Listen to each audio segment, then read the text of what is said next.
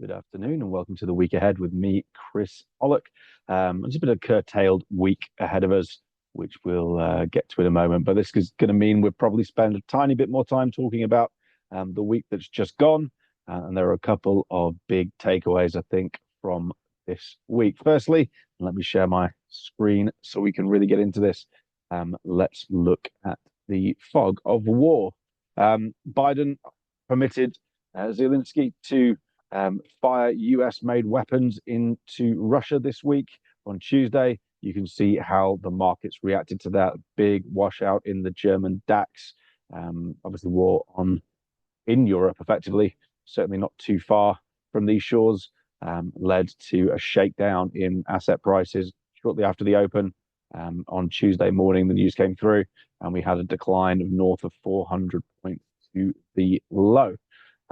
So seeing this effect on the market and how it can really wash things through. We've seen more than one decline. More fears came through on Wednesday as well. But these dips are being bought into. And maybe we'll round off with a little bit on seasonality as to why that might be, as we give you a bit of an idea of how to trade into year end. But these dips are certainly shaking the market down. And you really want to have access to either live news feeds, or if not, you can get access to pretty quick news through the medium of Twitter or X these days through X Pro. Allows you to have lots of different lists available. We can happily share our list with you if you want to reach out to me. My Twitter handle on my chart go forwards, but this is a way of getting live news through incredibly quickly. All the lists we have for sentiment and positioning, options, geopolitics, commodities, volatility. There's plenty of interesting things to follow throughout the day, and this software costs like £8 a month for following the list that's created. So something that you will want to think about given the volatility that's coming into markets. If you're not paying for an audio squawk or a Bloomberg terminal, and some of those can be quite expensive, having a cheaper alternative may be something to consider, as it doesn't feel like this is going to be the end of proceedings in the of escalations between Russia, Ukraine, and the West.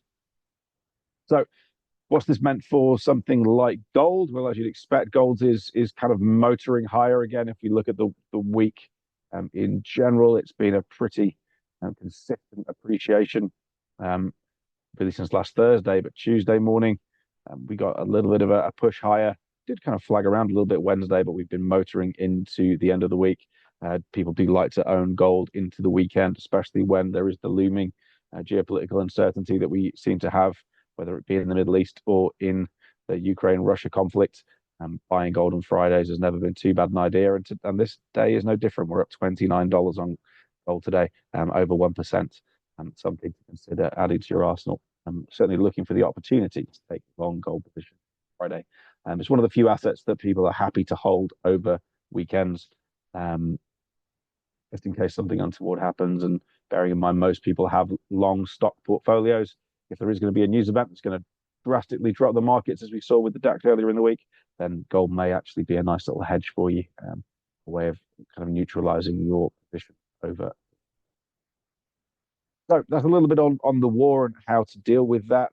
I believe the more economic sirens are happening in Europe at the moment, from a PMI and growth perspective, right? We saw today, we prepped this last week, that Friday was going to be the big day of the week, and goodness me, was it. We had horrendous French services PMIs, and similarly in Germany, their services PMIs were expected to be greater than 50, which is growth, and when they were below 50, which was contraction. Only, believe it or not, the UK service sector is the only thing that isn't declining in Europe by these metrics, at least. And this is suggesting that we're going to get a decline in interest rates as a recession appears to be looming. Well, more so in Europe, I'd say, than in the UK. And there is now talk that we might get 150 basis points of cuts before the end of next year in Europe. Bearing in mind, rates have never really got that high. That's going to take us down, if we're talking about 150, right? We're down to 1.9%, back to pretty favorable levels, given inflation may be conquered. perhaps they're able to do that to stave off any potential um, recessionary risks. Let's see how this all played out then. The euro is something we've been following quite closely here. Zooms because it's just been an absolute barrage of declines in the euro over the last couple of months. If we stick this firstly on a daily chart, all really got going end of September, beginning of October, and it's been a rapid decline lower, a little bit of a rising wedge for another leg lower, another rising wedge for another leg lower. And if we zoom in on today, this has been one of the worst days we've seen since the election, or the worst day, really, highs to lows in terms of range, since the day Trump was elected, which was more of a dollar strength story than a euro weakness. But let's have a look at what happened here. Well, the initial move occurred at 8:15. Why was that? Well, news, right? These French PMIs were out at 8:15 today. That got things going on the back foot as they both missed. Certainly the service side missing by over three figures is never a good thing. And that led the euro into the initial decline. Germany came out at 8:30. Often we've spoken about this before. The German numbers can often mirror the French ones, and they did to a degree. I mean, the manufacturing numbers weren't too well. They're not great. Let's be frank. They are in decline, but they were moderately better than the market expected them to be. But the services numbers were not, and the rollover seemed to continue. It really gathered momentum actually through the 8:30, through the European numbers at 9 o'clock, and we got this real stretch. And look at the amount of volume that was traded on that final bar. It dwarfed the number of trades that was done on the French PMI numbers as the market absolutely rolled over. Put this in a long-term context, if we go back to a weekly chart now, or even a monthly, we are kind of eyeing up these lows, the lows that we had from September of 2022. It's going to be a long old time since the euro's formation from when we were last at these levels. So if we do take those lows out, it will be the lowest ever the euro has printed against the dollar. It may well have these insights given the weak European outlook. So I think recession in Europe is looking relatively inevitable now.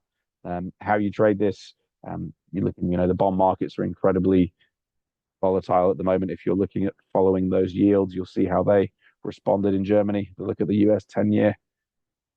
This will kind of mimic that story, that big decline in the yields. If these yields are going to fall relative to the yields in the US, which seem on the 10-year to be that little bit more sticky, and if we go to the alternative on the US 10-year, it is off, but by no means to the same degree. In fact, it's turned itself back higher again. We're pretty much horizontal for the last 24 hours or so. The German yields, by contrast, are certainly on decline, and these differentials are ultimately what makes currencies move up and down. So keep your eye out on these if you are a currency trader. Understanding the differentials in the yields will get you in the right direction.